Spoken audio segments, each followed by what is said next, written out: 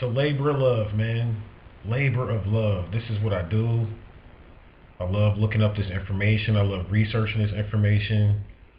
Keep the video requests coming, cause I mean, this is like this is what I was born for. Like you dealing with a guy that has the sun in the eighth house, and some of you don't really understand what that means because you may not really understand astrology, but it's this is the eighth house is the house of mystery. This is what I do. Like this is what I love to read about, talk about, and think about into the mysterious aspects of life, the aspects of life that no one wants to talk about. I'm into investigating and researching, and I'm just a student of the occult. Literally, just a student of the occult, and they was on the other video asking me like, how do you do this, man? Like you got people chasing you around. Why don't you talk about that? You keep talking about all this stuff about reptilians and all of this, but why don't you talk about the people that's chasing you around? And I'm like, I don't even want to give these fools any credit.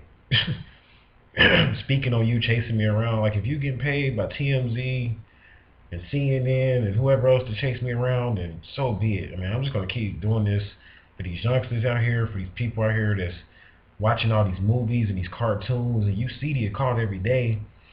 You know what I'm saying? But you don't really see it at the same time because that's what the occult is. The occult hides in plain sight. So it's like you watching television, you reading news articles, you're reading ads in the newspaper, you watching ads on television, and you thinking you just dumbing yourself down, and it's no study and research in that. But man, it's occult jewels in everything in our society. It's symbolism and everything in our society. So let's get right into it. A brother asked me to do a video on vampires, and I'm like, cool. I've studied the whole vampire thing for about 3 years. It's been a while, so I had to kind of go back into it and look up a few things, before I did the video. But he sent me the email. I forgot his name, but shout out to him for giving me the idea. Keep the ideas coming, whether it's email or comments on YouTube, Twitter, whatever. And when I see it and I get to it, I'm gonna get to it. But so as far as this whole vampire thing, let's first go into the history of it. Vampires are very misunderstood. I mean, this is a very mysterious, mystique type of topic when you start talking about vampires, because you really don't know what they are. Even when you research the etymology of the word vampire, they don't even have a real specific origin for it. Bet you guys didn't know that. So let's start with Dracula. Let's start with that. In the history aspect, I'm going to go into a few things. So if you got a few moments, sit down and get comfortable. We're just going to chop it up, have a conversation about my views on vampires. That's all it is. Just a conversation. So let's start with Dracula. Dracula, is probably the most popular vampire that most of you out there know about. You all know about Dracula. And, he was a figure or a character that some people say exists, some people say he didn't. However, he came and was introduced into our culture around the early 1800s. And, you think about Dracula in the pictures that you've seen of Dracula, you see him with a cape, and he pretty much got some fangs, and for the most part, they say, he likes to suck the blood of women or whatever the case may have you. But let's skip all of the story about Dracula and let's just get into the straight metaphysics of Dracula and break him down, because that'll help you to understand vampires. And then let's go even deeper into the history of vampires. Now, Dracula, I like to just start with the names. I don't really have to go deep into like research and all this deep stuff or whatever. I can just look at your name. I'm a decoder. So I look at your name and that says everything. And Dracula, if you look at the name Dracula, you see the name Dracos. Dracos. So vampires, they're letting you know right there in the story of Dracula that the original vampires came from the Dracos star constellation. Again, vampires is going and tracing itself back to that same story that we talked about over and over again about the reptilians and other type of beings coming to this planet. And some of these beings were very hostile. Some of them liked blood. Some of them had to stay in water, but the vampire is more of a mammal. This is more of a mammalian being coming out of Draco star constellation. So I'm not going to say that the vampires are reptilians. I'm not going to say that, because you notice he wore a cape, and you notice, like I said, he had the fangs. So this is telling you that vampires fly. Vampires like blood, like most mammals. They are more of beings that came from out of the waters and began to fly. You know, you got some beings that came out of the waters and went to land. You know, they would come on land, but, you know, for the most part, when we think about vampires, we think about them flying. Now, as far as, is Dracula real, or is this just a made up character? You got to believe this. If you don't believe nothing else, they ain't making up nothing. There's nothing new under the sun. There's no cartoon character. There's nothing that you see outside that isn't real. Everything is real. Nothing is made up. So we may say the imagination is, you know, it's just in my imagination. I'm just making this up in my mind. Nah, it ain't just your imagination is real. You had to get that image from somewhere. That image is being streamed from a higher consciousness zone, or from a higher state of consciousness. When you see things in your imagination, this is real. So everything that exists in this realm is real, but at the same time it's an illusion. That's a whole nother thing, but I'll have to do another video on what's real versus illusion, but that's a whole nother story. But at the end of the day, they just didn't make up Dracula. They didn't make up vampires. And Dracula was, you know, what popularized vampires in our culture, but vampires have been talked about for a long period of time. So let's go into some of the history of it. Some people say that vampires are more female. They're females. And then other people look at vampires as being more male. What do I believe? I believe it's both. Because historically, some of the oldest stories you hear about female vampires go back to my girl Lilith. That's right, Lilith. And anybody that knows a little bit about mythology or a little bit about astrology, you've heard of this deity, or this, they say a demon really. They call her Lilith, and they said that she would eat her babies and she would kill her lovers and things of that nature. She was very dark and demonic, and they even go as far as to say some of the folklore about Lilith and some of the mythology that this was when Adam got kicked out of the garden. They say that he took up another wife, like he had another wife, and this was Lilith, and she brought out more of his dark side. So in astrology, we say that Lilith represents what a man is attracted to in a female, as far as the darker aspects or the darker goddess aspects that men may be attracted to in females. So Lilith is really famous for being the dark goddess, but when you start researching her in like some of the Persian texts, going back into the Middle East, you'll find out that Lilith was considered like a vampire. You know, like she liked blood. You know, she was a blood-eating type of vampire. Now, I'm not saying, we can take it back even further, and I'm not saying that all vampires are women, again. Or I'm not saying that all vampires are men. There's different types of vampires. Now, you got the male version of a vampire that was talked about in West Africa. And this being that was talked about in West Africa, he goes by the name of Sasabansem. Sasabansem. Sasabansem. You can research and look this up, and Sasabansem was being, according to what I've looked up, I looked up a little bit about them. And of course, they don't have a lot of information when you start trying to research West African mythology. I mean, they got all of this stuff about Greek mythology. When you get into West African mythology, it's very limited. But what I did find was that Sasabansem was considered basically a vampire according to the descriptions of West Africans in the Ashanti tribe. And the Ashanti tribe talks about this being that lives in trees and that flies and that comes out at night, and his legs kind of sits on tree branches with his legs hanging down, and he catches his enemies with his legs and gets them into a leg hold, kind of like a wrestling move, by their neck or something. Like, say for instance, you walking through the woods or whatever at night or whatever the case may be, and Sasabansem is up there somewhere chilling up in the woods, right? He'll do a little wrestling move on you and grab you by the neck with his legs or whatever, maybe break your neck or something, and then feed off of you, feast off of you. So even in West African culture, oh yeah, they got vampires in African culture as well, and they talk about them. Actually, in West African culture, there's many things. I was blessed to be able to sit with a couple brothers that are indigenous to Africa one time when I was in this classroom, that we should just sit around and talk about metaphysics all day. And they said, like, all the beings that you see like on television, like on Star Trek and Star Wars and all that. They say all of that stuff is in their mythology. Like they be freaking out when they see those movies because they may not be indigenous to the West, so they don't know anything about these movies, and they come over here and see movies like Star Trek and Star Wars, and they tripping out like, damn, you mean to tell me like the stuff that we research in our mythology and what we've taught about through our tribal history and customs, this stuff is real? Y'all got movies about it? So like even like about reptilians and all that, you start talking to West Africans, it ain't nothing for them to hear about stuff like that. It's all kind of beings in what they call the bush.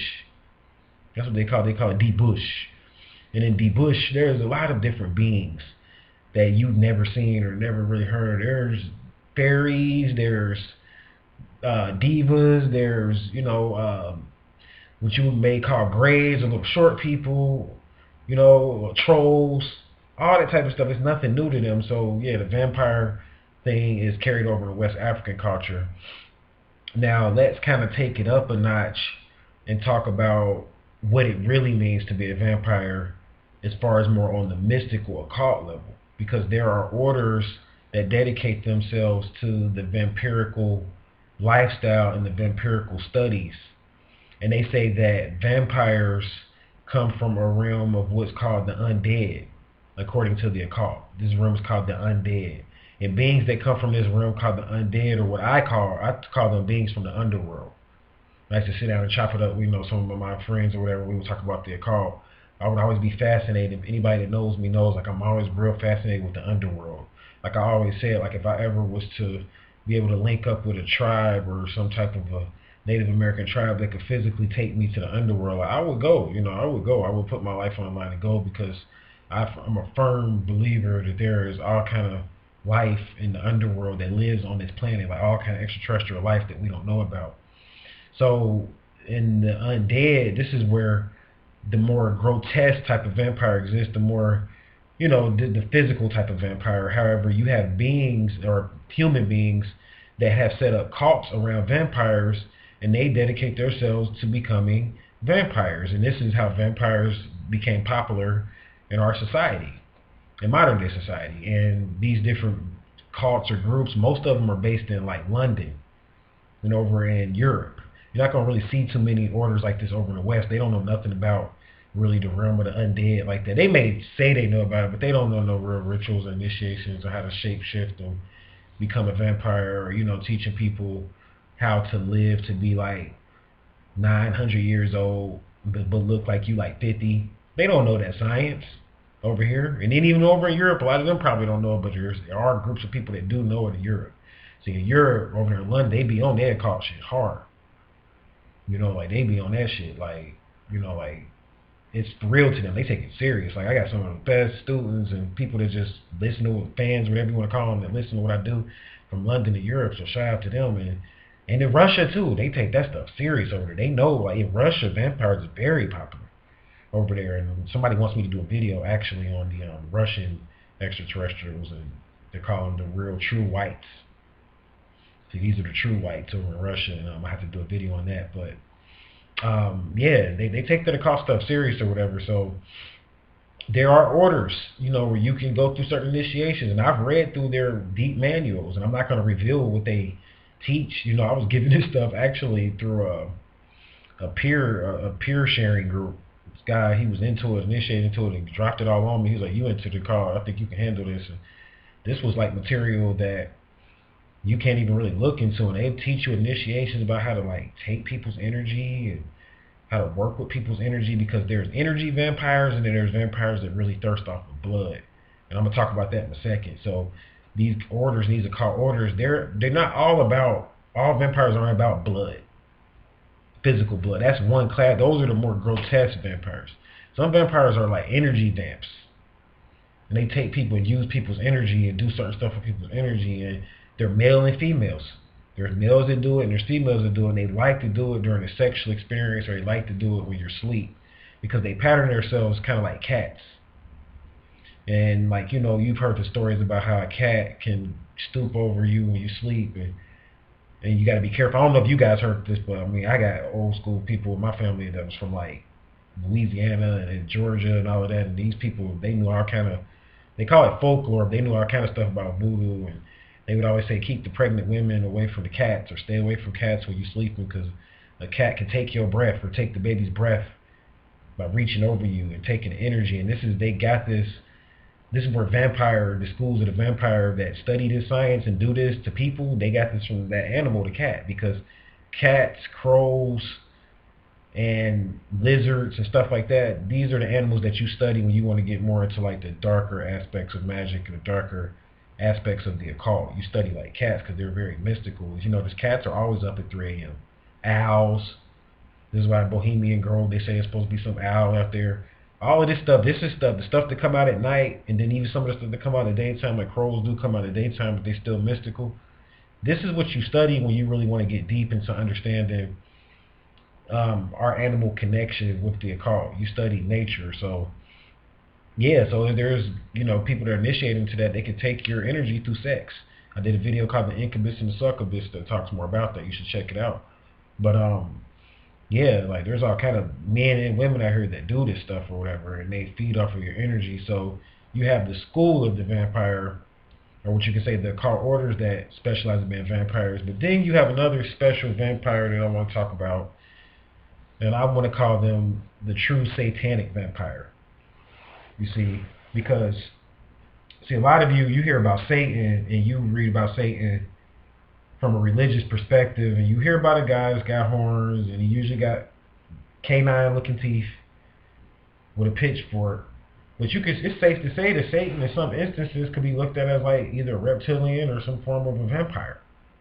It's safe to say that because of the fact that his image and what he's known for. And then think about the story. The first time that he comes up in the Bible is all this folklore associated with a woman's cycle, tied into when Satan introduced the forbidden fruit to Eve, and Eve was supposed to have eaten this forbidden fruit. And over like London and places like that, they teach that Eve basically started having cycles after she ate the forbidden fruit. They teach that before Eve ate the forbidden fruit, when she was in the garden, she had no need for a cycle. But after she started eating the forbidden fruit, then that's when women started to have periods, and they say this is when women became cursed. So they got all kind of curses in the Bible. So everybody try to act like the Bible is so cool or whatever, just like they got curses on so-called black people in the Bible. They say you were cursed upon what's called the Hamitic curse, and this is how black people became black. They don't have nothing to do with black people.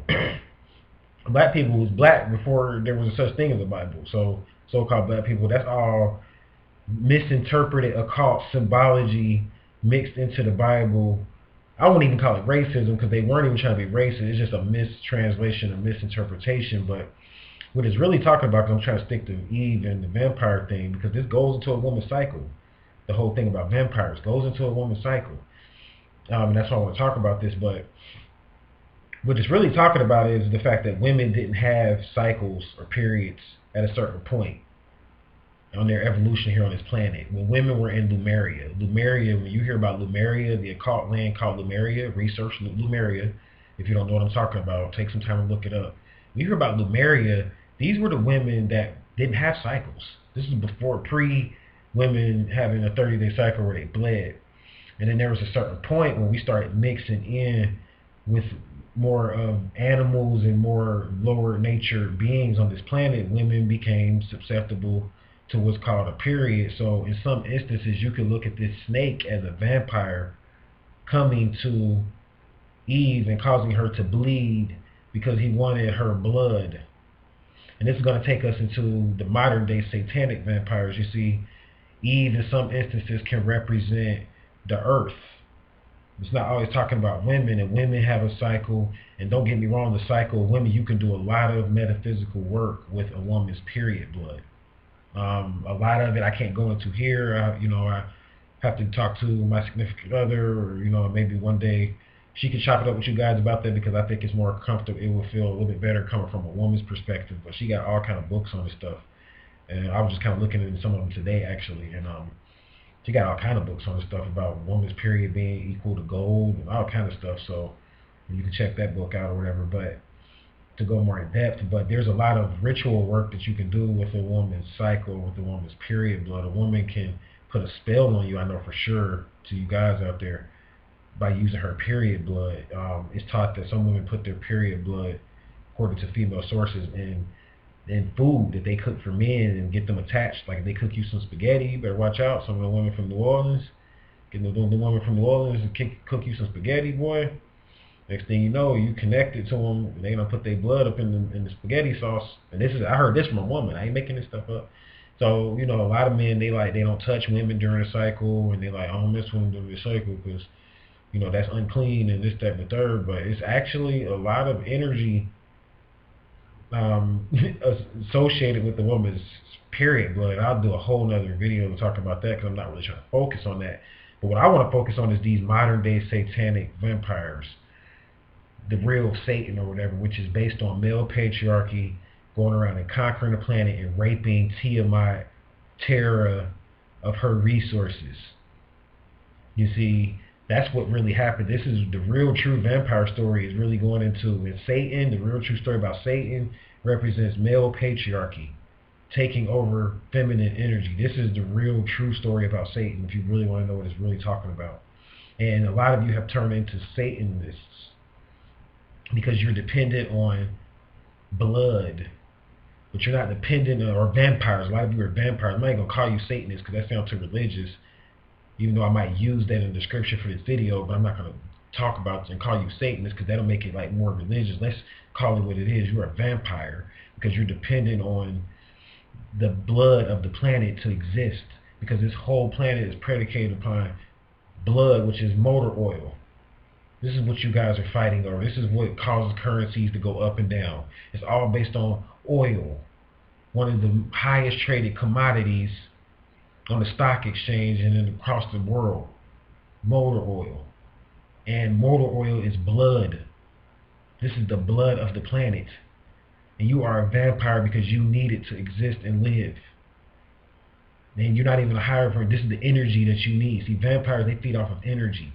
And this is the real satanic vampires. They talking about the economy's going to crash sometime in the end of October, and the money's all messed up. It's all messed up because of your dependence on motor oil. And not only that, but you want to fight the people that control most of the motor oil, because they're in, as far as the land the lands that the motor oil is produced in are in places that are more like indigenous people live there. And you want to fight, and these people may not want to barter with you and give you their resources for cheap anymore, so they try to, they making deals out with you and this, that, and the third, and you want to just get it for as low as you can or whatever, so you want to go to war or fight over this motor oil because it's causing your currencies to go crazy and haywire. So people don't fail to realize when commodities like oil and stuff like that go up, the value of the dollar goes down. And the more motor oil that you keep using as a satanic energy vampire, those people out there watching it, anybody that's driving around in cars, you are one. You are one. And I mean, I'm just keeping it real. Like, that's what you are. That's what this whole economy is based on. And it's not even just dealing with motor oil and cars, because if you depend on plastic, see, plastic, anything that's plastic is made from motor oil. You need to study all the different things that we use in this society is based on motor oil, of which we don't have to use, but we're too lazy and too unintellectual to do anything different. And this is why they say that people that teach the occult are evil and and it's wrong. But in the occult, at least we believe in unlimited progress. If you were true to the doctrine of unlimited progress, we should be past the need for motor oil. Like, I'm past it. I don't need it. But I guess at the same time I do, because I'm not growing my own food yet. If you guys, would eventually support this movement and what I'm doing, I want to show you guys. I'm basically just like a prototype and give you an example of what a real occultist is supposed to live like. I will show you. I guarantee you. I will show you. Invest into me like I invest into you by giving you this information. I will show you in a matter of a few years what a real occultist should live like. I will be filming videos in my garden and in my farm, producing my own food, so I'm not depending on motor oil to transport my food to my house or to my grocery store. Because you got all these people that saying they want to be sovereign and all of this, but then you still going to the grocery store. You ain't no sovereign. You still go to the grocery store. You talking about you either native this and native that, but won't spend any time outside building anything.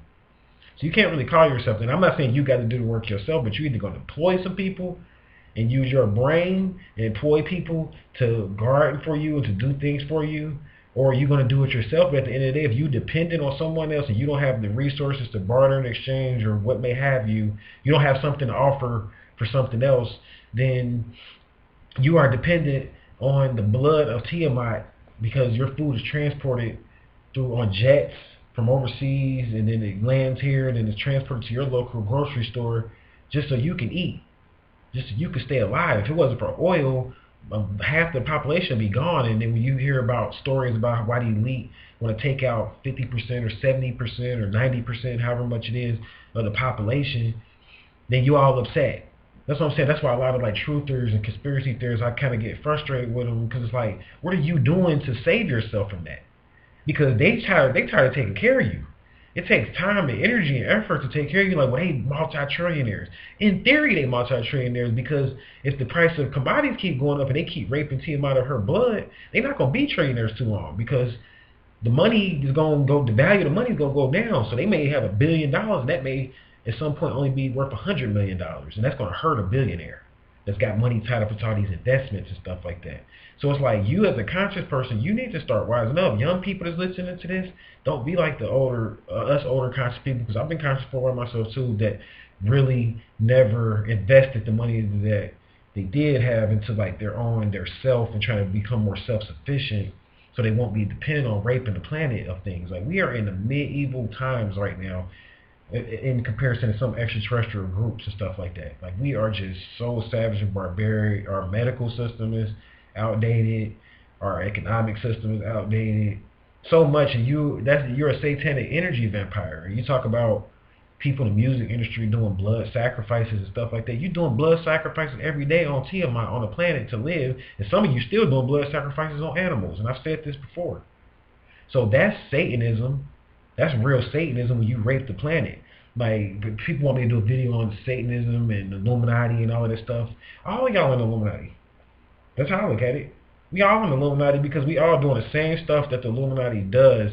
It's just you just don't have as much money, because maybe you weren't born in one of the top elite royal families, but they got you hooked on their stuff, and you guys can't even have enough sense to come together and do something on your own. You know, that's why I support other YouTube channels out there, like people like Alex Jones and stuff like that, because this guy is really at work to try to provide his own resources to the people that listen to him, and you see his growth. You see, like, this is how you have to be, you know, if you want to break free from this thing. You know, like, you can't be dependent on their resources and then go around calling people Satan and devils. And that goes for church people too, and vampires and this, that, and the third. And you just like one. Even if you're a vegetarian, you're just a vegetarian eating vampire using Tiamat for her resources. So I'm off of my soapbox on that, but that's just something I wanted to say.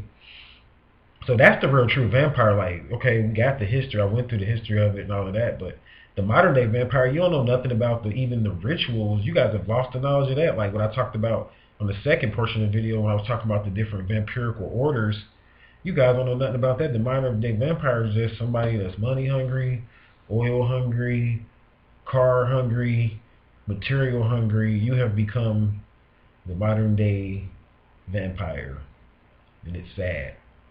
It's really sad, and we all are all victims to it. But however, I myself, I'm not going to put myself in that, because I'm working on a plan to slowly but surely transition out of that.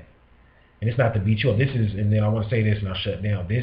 What I'm saying is not to make you feel bad or guilty. Well, it is to make you feel guilty to change, but not to make you feel guilty from a sense of like, I'm your God or I'm better than you. It ain't even about that. It's like, we're all interdependent. We are all connected as a collective consciousness. So if you decide that you want to continue to live like this, in some ways I'm forced to live like a certain kind of way because you are. Because I want to be connected with people. I don't want to be a part of the undead, like the old vampires of old. You got to live somewhere isolated or in exile somewhere just to exist. But sometimes it gets to that point. That's how the vampires of old lived, because, you know, they didn't want to live in the modern day society, the modern day status quo. But we are all connected consciousness. So I'm, like I said, in many ways forced to live this way because other people won't change, and I'm only can go as far as my sister or my fellow human being will want to go. This is how far I can go as an independent sovereign being. So that's just something to think about. That's my views on vampires. You know, maybe it was a little bit long, maybe it wasn't. Like I said, we just chopping it up, we just conversating. So I'll be looking out for more. Thank you for listening. Thank you for watching. And until we meet again, I'm out.